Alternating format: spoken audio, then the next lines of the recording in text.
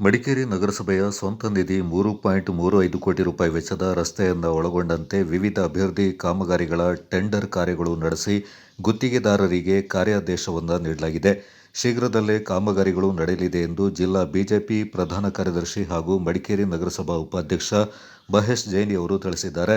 ನಗರದಲ್ಲಿ ಸುದ್ದಿಗೋಷ್ಠಿಯಲ್ಲಿ ಮಾತನಾಡಿದ ಅವರು, ನಗರಸಭಾ ಆಡಳಿತ ಮಂಡಳಿ ನಿಷ್ಕ್ರಿಯವಾಗಿದೆ ಎಂದು ಆರೋಪಿಸಿರುವ ನಗರಸಭಾ ಸದಸ್ಯ ರಾಜೇಶ್ ಯಲ್ಲಪ್ಪ ಅವರು ನಗರದಲ್ಲಿ ನಡೆಯಲಿರುವ ಕಾಮಗಾರಿಗಳ ಬಗ್ಗೆ ಚರ್ಚೆಗೆ ಬರಲಿ ಎಂದು ಸವಾಲು ಹಾಕಿದರು. 2025-26ನೇ ಸಾಲಿನ 15ನೇ ಹಣಕಾಸು ಯೋಜನೆಯಡಿ ನಗರಸಭೆಯಿಂದ 138.70 ಲಕ್ಷಗಳ ಅಭಿವೃದ್ಧಿ ಕಾರ್ಯ, ಎಸ್ಎಫ್ಸಿ ಯೋಜನೆಯಡಿ 9.32 ಲಕ್ಷ ವೆಚ್ಚದ ಕುಡಿಯುವ ನೀರಿನ ಕಾಮಗಾರಿ, ಎಸ್ಎಫ್ಸಿ ಯೋಜನೆಯಡಿ 9.77 ಲಕ್ಷ ರೂಪಾಯಿಗಳ ವಿವಿಧ ಅಭಿವೃದ್ಧಿ ಕಾಮಗಾರಿ, ನಗರದ ಎಲ್ಲ ವಾರ್ಡ್ಗಳಲ್ಲಿ 166.50 ಲಕ್ಷ ರೂಪಾಯಿ ಕಾಮಗಾರಿಗಳನ್ನು ಹಮ್ಮಿಕೊಳ್ಳಲಾಗಿದೆ ಎಂದರು. ನಗರಸಭೆಯ 16 ಬಿಜೆಪಿ ಸದಸ್ಯರ ವಿರುದ್ಧ ಮಾತನಾಡುವ ಯಾವುದೇ ನೈತಿಕತೆ ರಾಜೇಶ್ ಯಲ್ಲಪ್ಪ ಅವರಿಗಿಲ್ಲ. ರಾಜಸೀಟಿನ ಪರಿಸರಕ್ಕೆ ಧಕ್ಕೆ ತರುವ ಗ್ಲಾಸ್ ಬ್ರಿಡ್ಜ್ ನಿರ್ಮಾಣ ಪ್ರಯತ್ನ ಇವರಿಂದ ನಡೆದ ಸಂದರ್ಭ ಅವರದ್ದೇ ಪಕ್ಷದ ಹಿರಿಯ ನಾಯಕ ಎಂಸಿ ನಾಣಯ್ಯ ಅವರೇ ಛೀಮಾರಿ ಹಾಕಿದ್ದಾರೆ ಎಂದರು. ಮಡಿಕೇರಿ ಕ್ಷೇತ್ರದ ಶಾಸಕರ ಅನುದಾನದ ಸಿಂಹಪಾಲನ್ನ ರಾಜೇಶ್ ಯಲ್ಲಪ್ಪ ಅವರು ಶಾಸಕರ ಹಾದಿ ತಪ್ಪಿಸುವ ಮೂಲಕ ತಮ್ಮ ವಾರ್ಡ್ಗೆ ಬಳಸಿಕೊಂಡಿರುವುದಾಗಿ ಮಹೇಶ್ ಜೈನ್ ಆರೋಪಿಸಿದರು. ನಗರಸಭಾ ಸದಸ್ಯನಿಗೆ ನಗರಸಭೆ ಒಂದು ಗೌರವ ಕೊಟ್ಟು ಆಗ್ಲೇ ಅವರಿಗೆ ಸಮಯಾವಕಾಶ ಕೊಡುವ ಇವರು ಹೇಳಿದ್ದಾಗಲ್ಲ ಅಂತ ಹೇಳುವ ದಿಕ್ಕಿನಲ್ಲಿ ನಾವು ಕೊಟ್ಟಾಗ ಪತ್ರಿಕೆ ಮುಂದೆ ಬಂದು ನಗರಸಭೆ ಮೇಲೆ ಆರೋಪವನ್ನು ಮಾಡ್ತಾರೆ. ನಾಚಿಗೆ ಆಗಬೇಕು ಅವರಿಗೆ. ಕಳೆದ ಇದೇ ರೀತಿಯ ಆರೋಪಗಳನ್ನು ಮಾಡಿದ ಕಾರಣಕ್ಕಾಗಿ ಅವರ ಆಡಳಿತದಲ್ಲಿಂದ ಮಡಿಕೇರಿ ನಗರದ ಒಂದು ಸ್ಥಾನಕ್ಕೆ ಅವರನ್ನ ಇಳಿಸಿದ್ರು. ಕೇವಲ ಒಂದೇ ಸ್ಥಾನ, 5 ನಾಮನಿರ್ದೇಶಕ ಸದಸ್ಯರನ್ನು ಇಟ್ಕೊಂಡು ಒಬ್ಬ ಜವಾಬ್ದಾರಿಯುತ ನಗರಸಭಾ ಸದಸ್ಯ ಭಾರತೀಯ ಜನತಾ ಪಕ್ಷದ ಮೇಲೆ ಈ ರೀತಿ ಆರೋಪವನ್ನು ಮಾಡ್ತಾರೆ. ಸ್ವಲ್ಪ ಯೋಚನೆ ಮಾಡಬೇಕಾಗ್ತದೆ. ನಗರದ ಜನ ಎಲ್ಲವನ್ನ ನೋಡ್ತಾ ಇದ್ದಾರೆ. ಸುಮಾರು 58ರಿಂದ 60 ವಿಚಾರಗಳನ್ನು ಇಟ್ಟುಕೊಂಡು ನಗರಸಭೆ ಒಂದು ಸಾಮಾನ್ಯ ಸಭೆಯನ್ನು ಕರೆದಿತ್ತು. ಆದರೆ ಕೇವಲ ಒಂದೇ ವೈಯಕ್ತಿಕ ವಿಚಾರಗಳನ್ನು ಇಟ್ಟುಕೊಂಡು ಮೈಸೂರು ರೋಡಿನಲ್ಲಿ ಒಂದು ಅಕ್ರಮ ಶೆಡ್ ನಿರ್ಮಾಣವಾಗಿದೆ, ಅದರ ವಿಚಾರವನ್ನು ಮಾತ್ರ ಇಟ್ಟುಕೊಂಡು ಇಡೀ ನಗರಸಭೆಯ ಸಾಮಾನ್ಯ ಸಭೆಯ ಬಾವಿಗಿಳಿದು ಗಲಾಟೆಯನ್ನು ಮಾಡ್ತಾರೆ.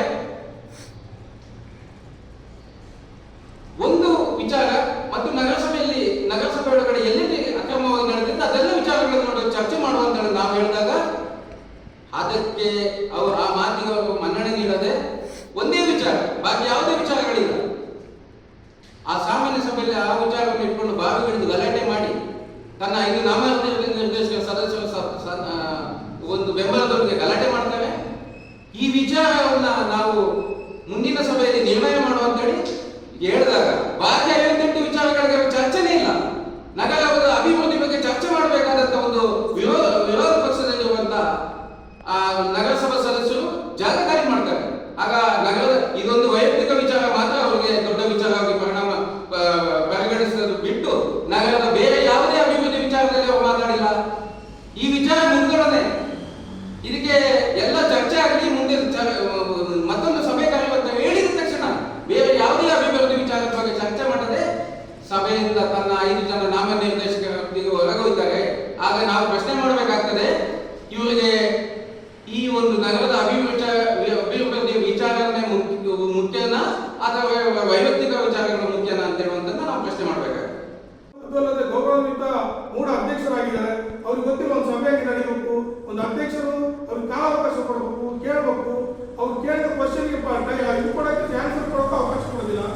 ಈ ತರ ಅವ್ರು ಇಟ್ಕೊಂಡು ನಡ್ಕೊಂಡ್ರೆ ಇದ್ರ ಹಿಂದೆ ನಗರಸಭೆಯಲ್ಲಿ ಕಾಂಗ್ರೆಸ್ನವರು ಇದ್ರು, ಇದೇ ಸದಸ್ಯರು ಯಾವ ರೀತಿ ಸಭೆ ನಡೀತಿತ್ತು, ಅವರು ಹತಾಶರಾಗಿ ಈ ರೀತಿ ಮಾಡ್ತಿದ್ದಾರೆ. ದಯವಿಟ್ಟು ಶಾಸಕರು ಕಾಂಗ್ರೆಸ್ ಅವರು ಹೇಳೋದು, ಸಭೆ ವೈಯಕ್ತಿಕ ಹಿತಾಸಕ್ತಿ ಮಾಡಬೇಡಿ. ಯಾಕೆಂದ್ರೆ ಮಡಿಕೇರಿ ಸಣ್ಣ ನಗರ ಇದೆ. ಯಾವಾಗ ವೈಯಕ್ತಿಕ ಇದಕ್ಕೋಸ್ಕರ ಮಡಿಕೇರಿ ಎಷ್ಟೋ ಜನ ಇದ್ದಾರೆ. ಈ ರೀತಿ ಎಷ್ಟೋ ಕಟ್ಟಡಗಳು ಇದೆ ಮಡಿಕೇರಿಯಲ್ಲಿ. ಎಲ್ಲ ಕಟ್ಟಡಗಳು 107ನಲ್ಲಿ ಎಷ್ಟೋ ಲೀಗಲೈಸ್ ಮಾಡಿ ಡಬಲ್ ಟ್ಯಾಕ್ಸ್ ಕಟ್ತಾ ಇದ್ದಾರೆ. ಈ ತರ ಇರ್ಬೇಕಾದ್ರೆ ವೈಯಕ್ತಿಕ ಕಟ್ಕೊಂಡು ಹತಾಶರಾಗಿ ಮಾಡ್ತಿದ್ದಾರೆ.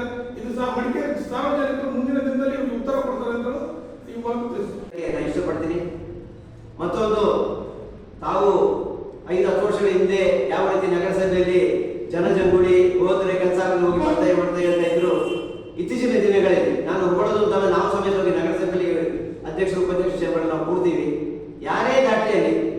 ಯಾವುದೇ ಧರ್ಮದವರಿರಲಿ, ಯಾವುದೇ ಪಕ್ಷದವರಿರಲಿ, ಏನೋ ನೋಡಿದ್ರೆ ಬನ್ನಿ ಏನು ಕೆಲಸಗಳು, ಯಾವುದೇ ಕಾರ್ಯಕ್ರಮ ಏನಿದೆ ಹೇಳುವಂಥದ್ದು ಮಾಡಿಸುವಂಥದ್ದು ಇವತ್ತು ಭಾರತೀಯ ಜನತಾ ಪಾರ್ಟಿ ಕೆಲಸ ಮಾಡಿಸ್ತಿದೆ. ನಾವು JCBಯನ್ನ ಹೊರಗಡೆ ಬಾಡಿಗೆಗೆ ತಂದು ಕೆಲಸನ ಮಾಡಿಸ್ತಾ ಇದ್ದೀವಿ. ನಾನು ಅಧ್ಯಕ್ಷ ಆದ ಸಂದರ್ಭದಲ್ಲಿ JCBನ ನಾವು ನಮ್ಮ ನಗರಸಭೆ ಓನಾಗಿ ಪರ್ಚೇಸ್ ಮಾಡಿದ್ದೀವಿ. ಬಿಜೆಪಿ ನಗರಾಧ್ಯಕ್ಷ ಉಮೇಶ್ ಸುಬ್ರಮಣಿ, ಜಿಲ್ಲಾ ಬಿಜೆಪಿ ಮಹಿಳಾ ಮೋರ್ಚಾ ಅಧ್ಯಕ್ಷೆ ಅನಿತಾ ಪೂವಯ್ಯ ಹಾಗೂ ಬಿಜೆಪಿ ಜಿಲ್ಲಾ ವಕ್ತಾರ BK ಅರುಣ್ ಕುಮಾರ್ ಮತ್ತಿತರ ಪ್ರಮುಖರು ಸುದ್ದಿಗೋಷ್ಠಿಯಲ್ಲಿ ಪಾಲ್ಗೊಂಡಿದ್ದರು.